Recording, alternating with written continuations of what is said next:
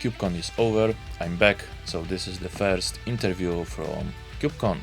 This time I speak with Colin Bowern from Octopus Deploy.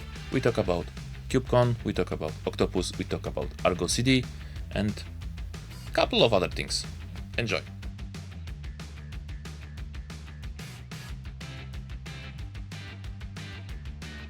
Hello everyone, finally I'm recording something on the second day because first day I just walked around. So here I am with Colin from Octopus. If you don't know Octopus, it's not only this kind of fish eating, but also the delivery tool. So if you think about your CI/CD or supply chain, this is the tool you should consider. So how is the KubeCon for you so far? It's been fantastic. We've been doing deployments at scale for 10 years, thousands of customers around the world, dev, test, prod, machines, container, serverless.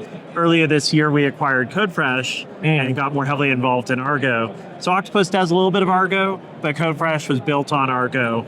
And so it was really cool to get involved in the community, continue to support some of the evolution that's happening out here with Kubernetes at KubeCon, because year over year it keeps getting bigger. Yeah. Getting more excited, everybody's getting into it. I'm actually surprised this year, the number of people that are new to Kubernetes still, 10 years in, who would have thought?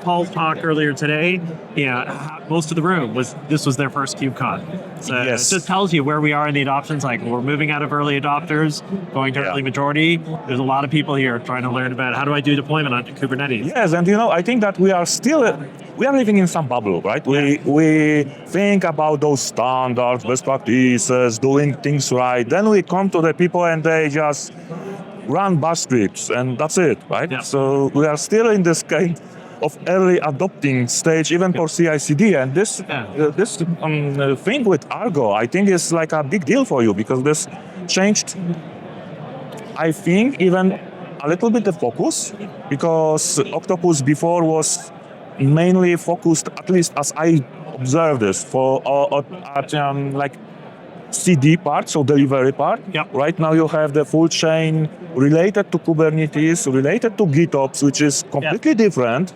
So it is and it isn't. So this is the funny thing. Like as we look more and more at like how people use GitOps and what they're trying to do, they're trying to get changes from dev to test to prod. Yes, that's simple. Same thing that's been around forever in IT. Yes. What's different and unique about it is through things like APIs and declarative state, we've got access to things that we've been trying to do in IT forever. Like the whole thing of putting my state into Git. Well, I used to do that 20 years ago. I'd enter into an HP configuration management database, and then I'd have to be the replicator to maintain it. Now I've got APIs. I've got a format that I can describe this in that everybody can inspect. It's not proprietary. So to me, it's the thing we've always wanted to do. We're just trying to rethink it for this modern age. Now, the trick here is how do you do it so that it's not difficult for the 10th team, the 100th team? Oh, yes. I think that's the thing that we're currently learning as an industry at the moment is there's been lots of great innovation, but it requires you to learn a bunch of new concepts. And so if you're development team number 10 at the bank, you've got your long backlog of things I need to do for the business. How do I just make it go from dev to test to prod? And that's what we try and keep back. We try and stick to those first principles of we want to enable you to do GitOps. We want to give your developers that dev, test, prod experience, the things that they're familiar with, so that when they come to Kubernetes, it's not an overwhelming tidal wave of new things I need to learn. Yes. I just get all the benefits, minimal learning curve, and I get back to doing the things I've always done. Yeah. And what you mentioned is very important, the scalability of CI/CD, not only as a tool, but as a process. So this interacts very well with the book, which will be published very soon, CI/CD Design Pattern, which I'm co-author. So check the Amazon.com or whatever. Now, I have to ask this. I hate it, but I have to ask this because even today, during the keynotes, we heard a lot about AI. AI is everywhere. Doesn't matter if it should be there or not. Right? In most cases, it shouldn't be there. So how do you see the integration of AI in the CI/CD processes as a complex approach? Yeah, look, I don't think generative AI is as interesting in CI/CD. I don't see people generating new pipelines for new scenarios on a regular basis.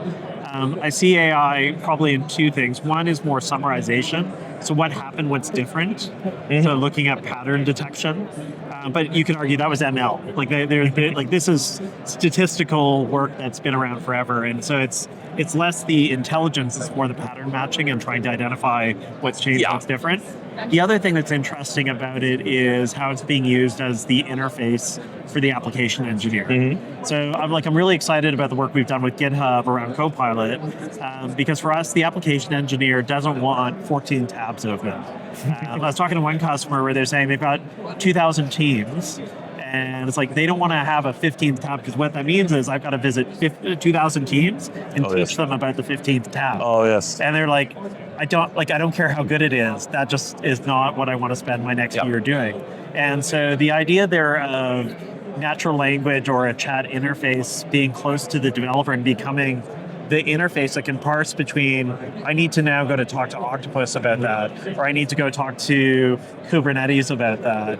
I think that's really appealing. So there's something there with AI in terms of harmonizing the interface. Because I'll be honest, as a vendor, I really don't want to write 300 IDE plugins. If there's a standard interface that developers already know how to interact with, I'd rather adopt into that. So actually, it's less about the AI, more about the interaction model that's really interesting. Yes, I completely agree with that. and ideally, the AI is just, it disappears. You don't think about the AI. Just say, what was the last release I deployed? I don't think about all the AI bits of that. I just know it can parse it and give me what I want. Yes, exactly. Yeah. And another topic, last one, I hope, because time is, flying.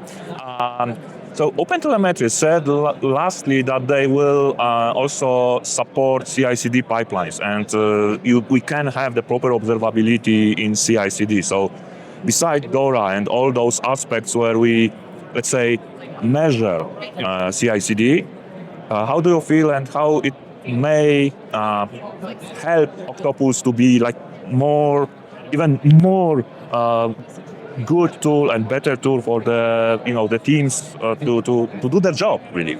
Yeah, look, I think there's philosophically, so I've got about 160 engineers at Octopus. I don't measure every little thing they do, if I'm honest. You don't measure commits? How many commits they do per day? I'm sorry to my engineers if I've told you I measure commits, but in reality, actually what I do is I look at, we set up missions, we give them objectives.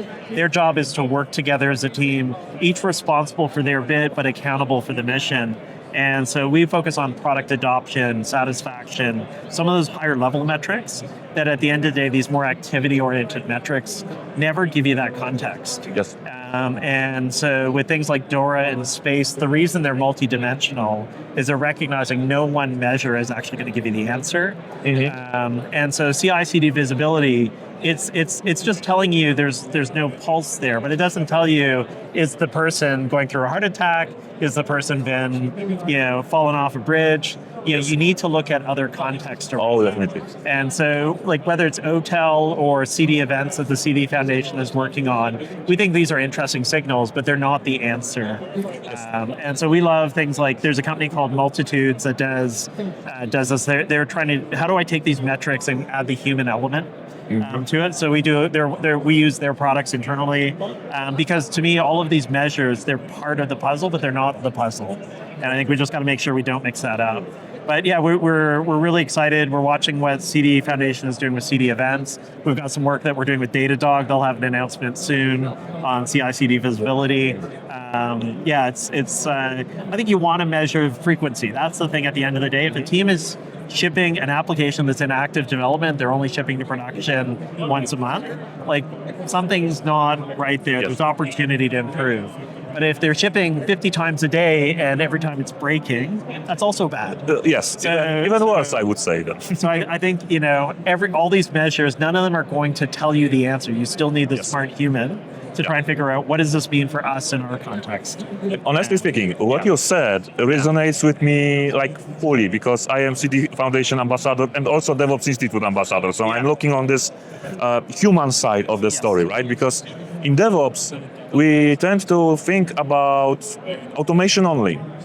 But if you take the Colm's methodology, automation is only one letter from 5. So there is a lot of things more. You already know that from my channel. I babble about this a lot. So Yes, I'm sorry.